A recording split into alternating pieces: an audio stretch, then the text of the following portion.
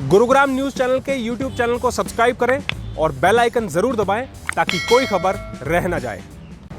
नमस्कार, मैं हूं सुनील यादव और स्वागत है आपका गुरुग्राम न्यूज में, जहां हम दिखाते हैं खबरें सिर्फ आपके शहर की। हमारे देश के सुरक्षा बलों ने भारत और बांग्लादेश सीमा से एक चीनी नागरिक को गिरफ्तार किया है। इस चीनी नागरिक पर शक है कि ये चीन की एजेंसियों के लिए भारत में रहकर जासूसी का काम किया करता है। इसका गुरुग्राम से क्या कनेक्शन है?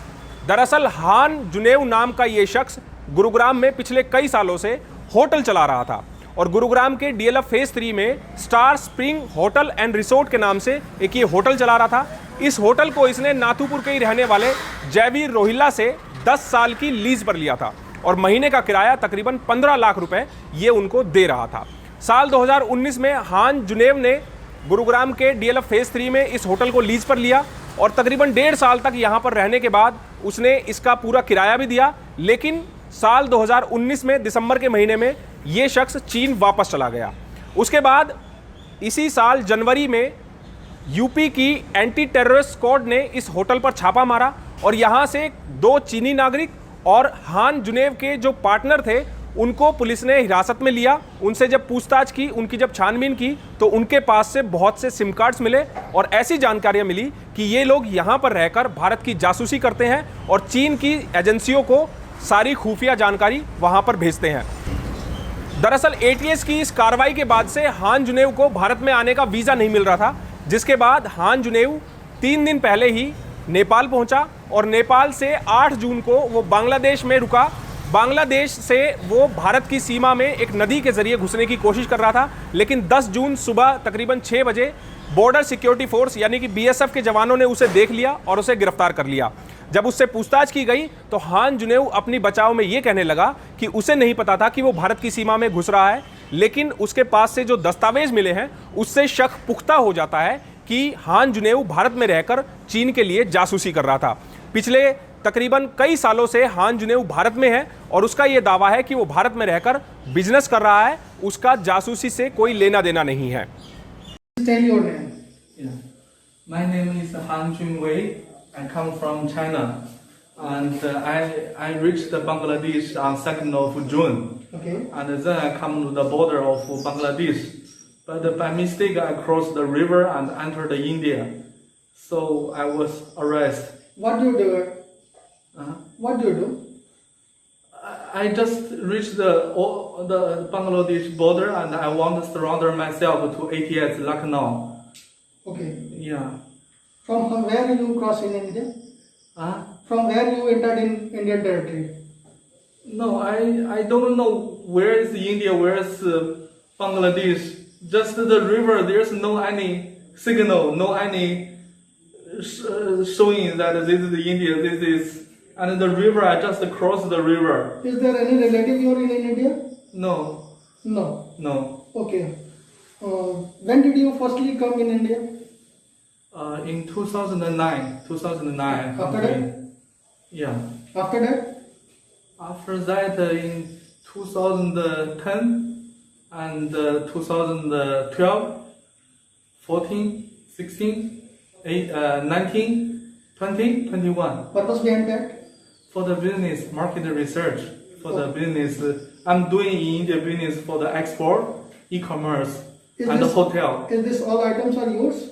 Yeah, this is all of my personal items, my laptop, and my mobile, and my USD currency, and Bangladesh currency, and the charger, and the card. Where your relatives resides? Where your relatives resides? Your parents, your guardians? Where they are? They are in China, Hebei province. Okay. Yes, sir.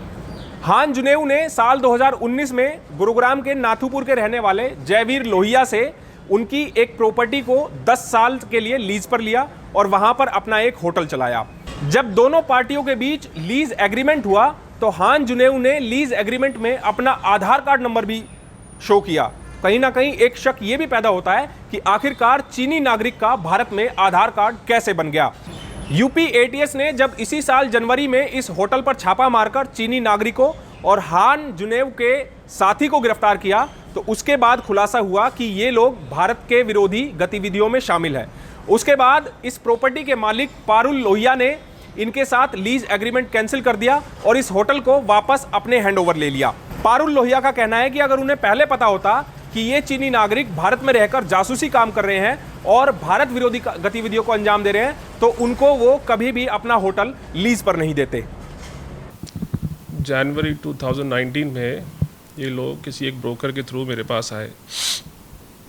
ये जो है, जिसको हम James के नाम से जानते हैं, ये ऑलरेडी 30 रूम्स का एक सर्विस अपार्टमेंट कम गेस्ट हाउस मेरी प्रॉपर्टी के पास ही चला रहा था। तो प्रॉपर्टी ब्रोकर मुझसे कहता है कि एक जेम्स नाम का चाइनीज़ है, उसको एक बड़ी प्रॉपर्टी चाहिए और रेंट अच्छा देता है, टाइम पे देता है। तो ऑलरेडी हमारी प्रॉपर्टी किसी और के पास थी, चल रही थी, उससे रेंट वेंट ठीक से नहीं आ रहा था। तो हमने इसलिए इसको प्रॉपर्टी जनवरी 2019 में वर्बली हमारा तय हो गया।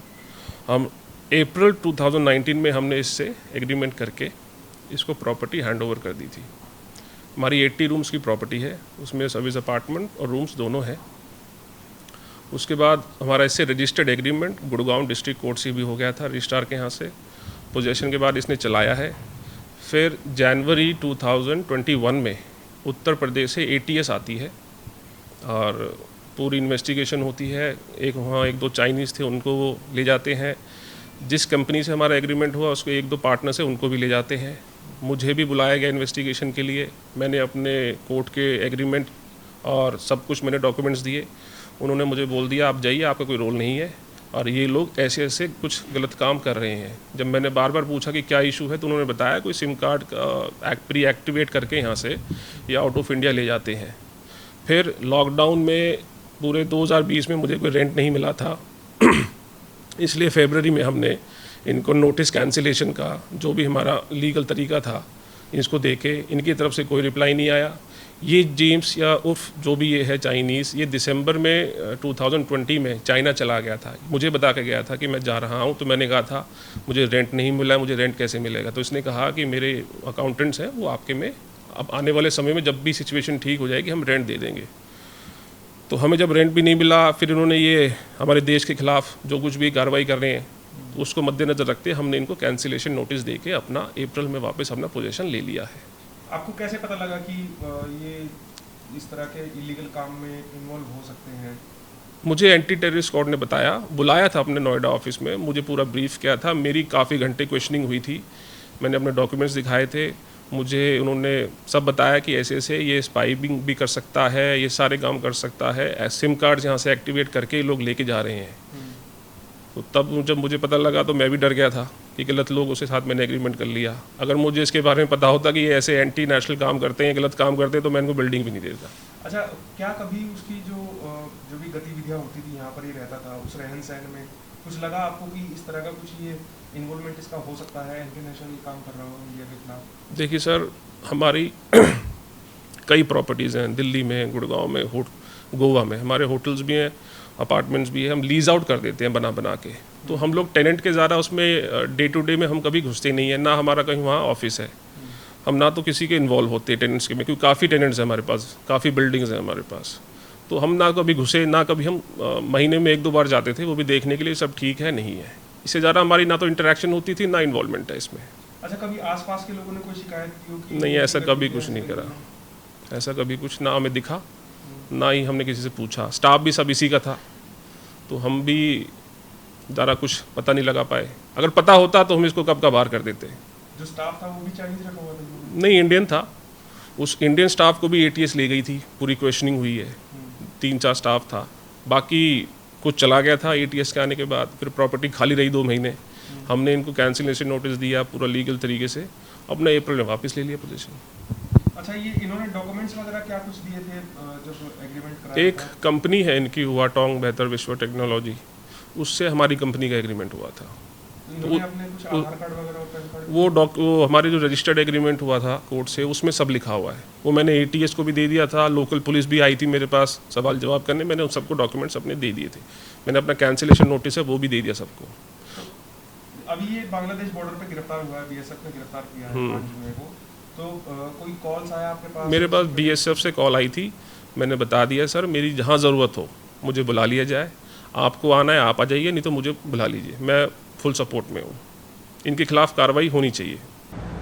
हान जुनेव को गिरफ्तार करने के बाद अब बीएसएफ ने एनआईए के हवाले इस पूरी जांच को दे दिया है और एनआईए अब इस पूरे मामले की जांच करेगी कि हान जुनेव का आखिरकार क्या रोल है, वो भारत में रहकर किन किन गतिविधियों को अंजाम दे रहा था।